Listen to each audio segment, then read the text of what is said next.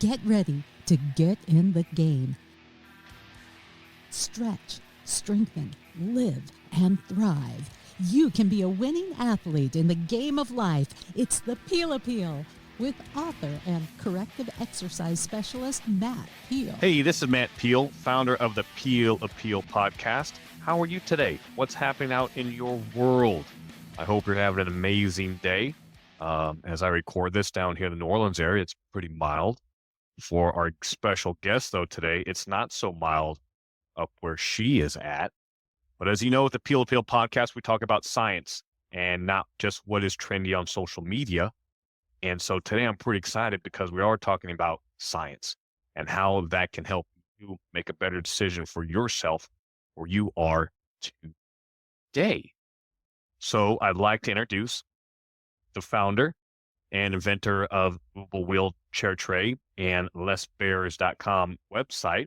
And she's going to talk to us about actually something very close to my heart and my body, and that's testosterone and how it changes as we age. So I want to welcome Mrs. Schneider onto the show. How are you doing today, Ms. Schneider?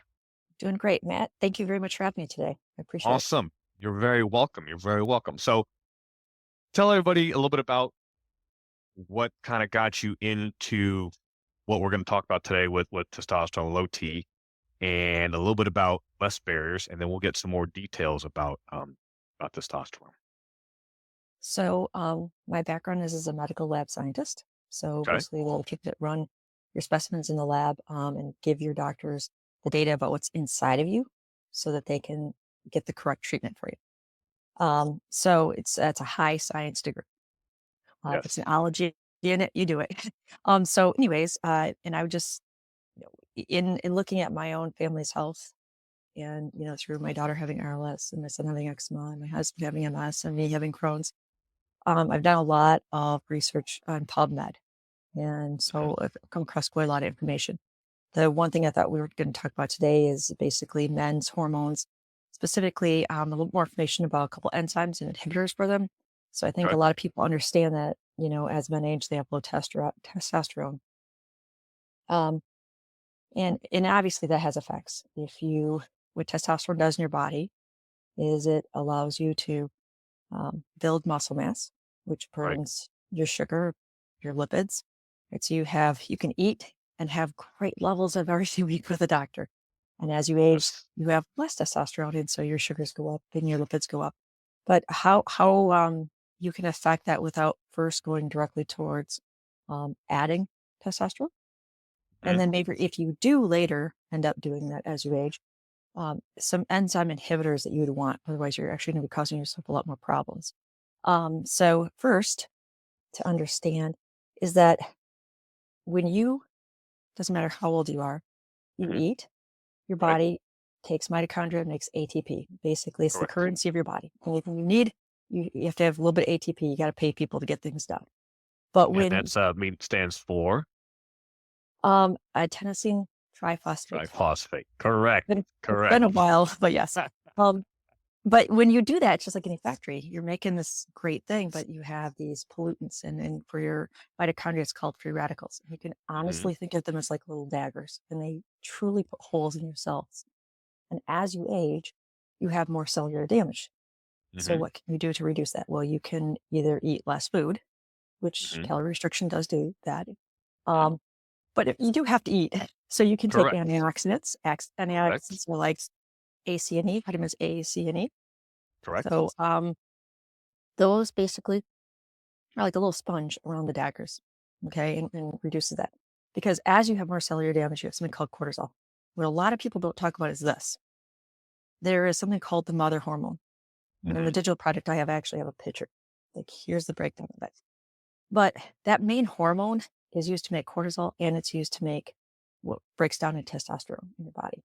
So if you are producing a ton more cortisol because you have a lot of inflammation, cellular damage, stress, you have less of that mother hormone to produce testosterone. Interesting. Okay. So a big deal is actually, how do you reduce your cortisol? Right. And that's by reducing stress and inflammation, and doing that sooner in your life versus later, kind of like putting my money, right? The interest, dividends coming back, Right. it, so same thing with your health, invest early and then you have to put less into it to get a lot more out of it. So when you're doing that, reducing stress might be things like listening to calming music, meditation, dealing with old trauma and how to deal with your anger in better ways, right? It Hmm. also is inflammation. So I actually did a medical paper on this, but curcumin. There was a Got it. paper done by Dr. Gupta, very excellent paper. And it went over many different pieces of research and showed how that actually reduces many different factors like TNF alpha, IL-2. They're basically inflammation markers. Okay, so you're Okay. reducing inflammation at the root. It also reduces your PSA, your risk for prostate cancer. Prostate cancer. Yeah. So at first, I would suggest doing that because by doing that, you're actually going to produce less cortisol. Cortisol also, some of the things it does is it tags weight onto your stomach. And as a man, Hmm. that weight on your stomach actually has an enzyme called aromatase. Got it. And that breaks testosterone into estrogen, Which we don't want. which you don't want as a man. So, I've actually talked to people who have done testosterone supplementation, and then all their numbers got worse. And that was because Mhm. for whatever reason, their endocrinologist didn't talk to them about an aromatase inhibitor. You want to definitely have that if you were supplementing. The other thing is that testosterone could also be broke down into something called DHT. And that is what, enlarges your prostate, male pattern baldness. So you want to have an inhibitor for that. You're not doing these things with testosterone replacement. You're actually going to put yourself at a higher risk for cancer, and you're going to have more prostate issues, et cetera. So doing things like exercising, that and the calorie restriction or intermittent fasting, exercising called HIIT, which is a high intensity It's exercising. interval training. Yep, Correct. all that kind of stuff, that is going to help you reduce weight. It's going to reduce that belly fat, which reduces that enzyme that breaks down into testosterone. And you can do things, a little more naturally, like supplemento. You have to be very careful because certain supplements say they have it, they don't. So do a little bit of your homework Mhm. on that particular supplement. But Mhm. things like D3, zinc, Vitamin D. Right. magnesium, ashwagandha, these things help you naturally produce testosterone. So Um, let's get a couple things out the way first. So let's define what is low testosterone. What is low T? What okay, does so that if mean? in the paper that I have, it's all referenced, right, with PubMed and everything. One place gives you 300, level of 300 is considered, anything below that is low. However, and I state this also in this, is that when you get your ranges from the lab, they're accurate. However, Mhm. they are not based on a healthy subset of the population. They're not a standard of care. They will change over Okay. time and location. So if you're in a sick area, then that's a sick normal range. Okay. So really look at either what research is saying or what the symptoms are saying. So if you have something where you're exercising and you're still losing your muscle mass, your libido is getting lower, Mhm. your blood sugars are going up, your blood lipids are going up, then those are symptoms of low T.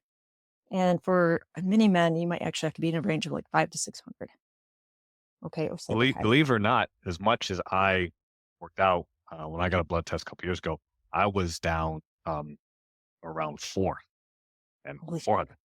Yeah, and so I'm working out 4 days a week, or 5 days a week, eating healthy, doing everything that I thought, and I felt, man, why, taking free workout and vitamins, all this stuff, but why are things just like, I get 3/4 through my workout and I'm just like, this shit just not working. Like, why? I just don't feel it. I don't feel it. And, it was when was at a time, it's not that I wasn't attractive, but yeah, I could feel I just wasn't feeling like a man, right? Or like the man that I thought I wanted to be. And so I am 49 years old right now as we talk about this. So if this has happened to me, like, when does this kind of start to happen for a man that they might start feeling these? Around what age? Um, it used to be before we had all these toxins and different things in our society, right? That might be something like in your, let's say, 40s, right? You slowly start, reducing down. Um, most you have is when you're 18, really, and you actually start Correct. declining slowly Correct. after that. It's where women kind of peak at 40, right? And at that point start going down. But I think most men might start feeling it at that point, unless they have, because I also go over this in the paper, is that there are certain toxins that will actually reduce your testosterone or they increase your estrogens, which affect all of this. So things Mhm. like BPA, which is in plastics, parabens, which are in a lot of like lotions and deodorants and soaps, and some of these other chemicals, they will actually mess with your hormones. They call them endocrine disruptors or hormone disruptors. So if you've Got it. been around that a lot, right, then you might actually be feeling the symptoms a lot sooner, right? If you're also Right. not exercising and not eating, okay, again, it might be your late 20s, right? So it's a cumulative thing. So let's Ooh. talk about um, we know exercise helps improve it. So doing multi-joint compound movements, things like squats, for example, where you're using a lot of muscle at one time, deadlifts, presses, shoulder presses. Those are exercises that can help, in a high intensity interval training type setting, or even if not, can help maintain testosterone levels. So it's great to exercise. And talked about foods, with antioxidants, ACE, and then even D's fat soluble vitamin. So what are some specific foods that you suggest that men can incorporate into their diets to help boost their antioxidant levels? Um, you know, your spice rack. So Okay, if you eat thyme, rosemary, cinnamon, cloves, all of these are great. extraordinarily good. So I think I read a paper, it is old, but it was basically about, I think, blueberries on the scale. It was actually how it affects free radicals. Was something like 3,000 for blueberries. Dark chocolate was 10,000. Black pepper and raspberries were like 19,000. Thyme, it depended on whether it was dry or fresh, but one was like 175,000 on the scale, and cloves was like 290,000.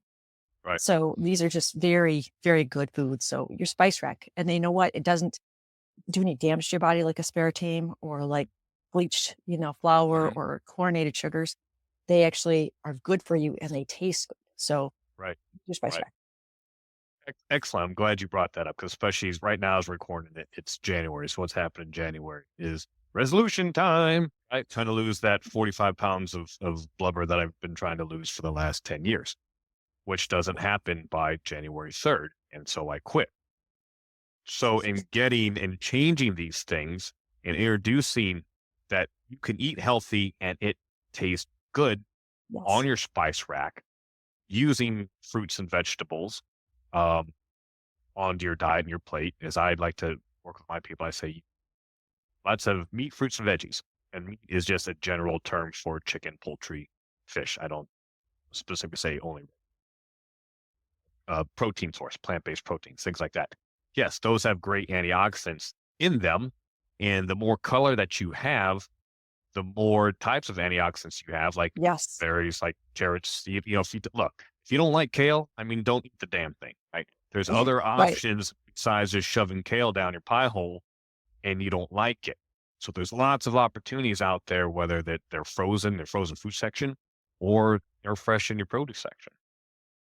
I'd also say fermented vegetables because Mhm. it's exactly what you said. It's the micronutrients which are very good, but the more types, and it is really the more types of fiber you have for your gut that actually feeds your gut bacteria, which helps you process things. It helps more fiber actually traps what's called bile salts, and the majority of what is in bile salts is cholesterol. Right. So it Just allows you to get just rid of it. flush it down the toilet. There you So go. those are some, yes, very good things. Go. So let's, as we kind of start to wrap this up and hit the climax, unintended, of this, what is hormone replacement therapy? I definitely go to a doctor. Go to an endocrinologist, not just your general doctor. General doctor might Mhm. only get like a week of education on your hormones. Really, what I've known is stuff that I've read. A really good book was the textbook of bioidentical hormones by a doctor here in Michigan in Ann Arbor. Um, a lot of really good information about how testosterone. He has actually used that to reduce blood sugars and dramatically. So there was a gentleman in there that they were going to amputate his hand, a portion of it. And they brought him in and he gave testosterone, which made a big uproar in the hospital. His blood sugars went down immediately, which hadn't been the case for many months. That's why he was where he was at, and they actually never had to amputate because it affected him so much. So, but go to a doctor, and I would say too, not all doctors have the same background in education. So maybe something to ask is, if I take testosterone, are there any other things I need to take with it so that I don't cause higher estrogens? Ask that question. And if they're not bringing up aromatase inhibitors, maybe get a referral to someplace else. Because if you are on testosterone, I definitely, you want a doctor who actually knows what that is. And then there's something called, it's the reductase enzyme, right? So that testosterone isn't converted into DHT, which will increase your prostate and the male pattern baldness. So go and actually get your testing done. Testing should be done in the morning because that's when your testosterone's higher. Fasted. Yep. So I'd go to a doctor and get testing. I'm not trying to be a snake oil salesman here, right? I'm trying to give information from research so that you can get good, reliable test information, and then from there get good treatment. Right. Yeah, and that's the whole point of this podcast, is to help people make a better decision for themselves based on the science, not just the marketing or social media influencer that's out there that says, hey, I've done this. Look at me. I'm now big, badass, Mr. Incredible Hulk. Or on the other side, because testosterone is also important in women. We didn't talk a lot about that today, but maybe another time we can come back and discuss its importance in women. I do have clients that are using the pellets with success, again, after they've gotten their blood tests and went to their doctors and working with them for that. But their level might be like 30 to 40 versus it's a different deal. It's a different deal. But it also, if you're, ladies out there listening, don't tune off and think that, oh, I don't have to worry about that either. That's also something to be concerned about in your own blood work, and maybe it's something to look at. So you have a couple things that you're developing, Ms. Schneider. So tell us about what those are. So on lessbarriers.com, we have a couple digital products right now. We have one with multiple sclerosis, which is what my husband has. And I actually suggest some testing that I think should be done because research has stated it's the leading cause of MS, but no one's testing for it. And then I have this with testosterone for men. I've got a couple other things that will be coming out. But the main physical product was, my husband does have MS. He's had it for almost 20 years. We created a movable wheelchair tray for his main wheelchair. It doesn't require any knobs. It's not a restraint. It's ambidextrous, height adjustable. It allows for stand-up silverware, which is easier to grasp. And for him, we made it because we tried several other things that were on the market, and nothing on the market met his needs. He couldn't use it as a side tray, so he couldn't get his own food. He'd have to actually take the tray off to use it, which then he couldn't use it. Yeah, what good is that? Right. And then he would directly try, there's nothing you could go directly to the bathroom with. So for him, so I'd set him up so he could be eating, watching some TV, and then all of a sudden you got to go. And you have to backtrack to a table, take all the items off, take the tray off, and then go to the restroom. An extra 2 minutes when you have incontinence issues could be another 45-minute problem. So then we just threw it out. Right. And after 2 years, we created it's a movable wheelchair tray. And we've taken it to some conferences with medical professionals, and they really like it. So we're just letting people know that it's even available for them. But if you have a loved one who is in a wheelchair at home, just think in your head, if you're in a wheelchair, how do you get the soup from the microwave to the table without putting it on your lap and burning yourself?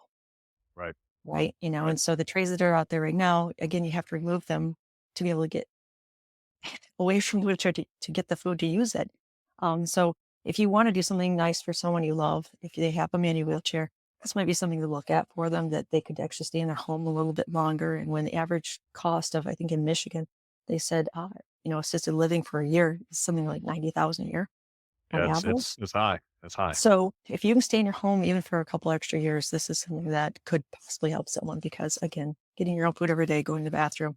And my husband, he's an engineer, so he uses it actually for just taking papers from one place to another place. Yeah. But it's got, so he, in the cell phone or whatever, he just puts it in there, and then it's easy. It's great. It's great. So that's at lessbarriers.com, and some of the other products that Schneider's talked about are there. Some of your social media, where can they find you on the various social media platforms? Tell us. So LinkedIn. And I Okay. also, on my profile, go there because I actually have some free information about vitamin D, reducing breast cancer in half, that kind of stuff. So your And then, LinkedIn though is less barriers. So is yep, less barriers for the company. I don't know what yours personal LinkedIn is, but for company is less barriers. And then your Instagram. is less barriers. And then Facebook, less barriers. Okay. And then have a YouTube. Yep. Yep. Less barriers there too. Okay. And that just right now has a video of the tray. So you can actually see how it works. It slides in 2 different directions, actually 3 different ways in 2 different planes. Nice. With Well, I modes. appreciate you coming on the show today and sharing with us about men's health and some important facts about testosterone. Go get your blood tested. Find yourself a nice, reliable doctor who's experienced in men's health, or even in women's health and aging and testosterone therapy. And then definitely if you have a loved one that is wheelchair bound, I highly suggest checking out lessbarriers.com and that tray and some of their products. So Ms. Schneider, thank you for joining me today. It's very nice of you to have me. I thank you so very much. You're very welcome. Very welcome. So this is Matt Peel with the Peel Appeal podcast. My book, The Athlete in the Game of Life, is now available on audiobook. So you can go to Amazon and not just purchase the book, but you can listen to the book and you can listen to yours truly because I'm the one narrating it. Isn't that coincidental? Nice. Who thunk of that but me? Not really. I had some help with it. So anyways, thanks again. This is Matt Peel with the Peel Appeal podcast. Until next time, I will chat with you later. Are you ready to get in the game? Get personal help, sign up for our newsletter, and pick up your copy of Athlete in the Game of Life, the book, all at mattpeel.com. Thanks for listening.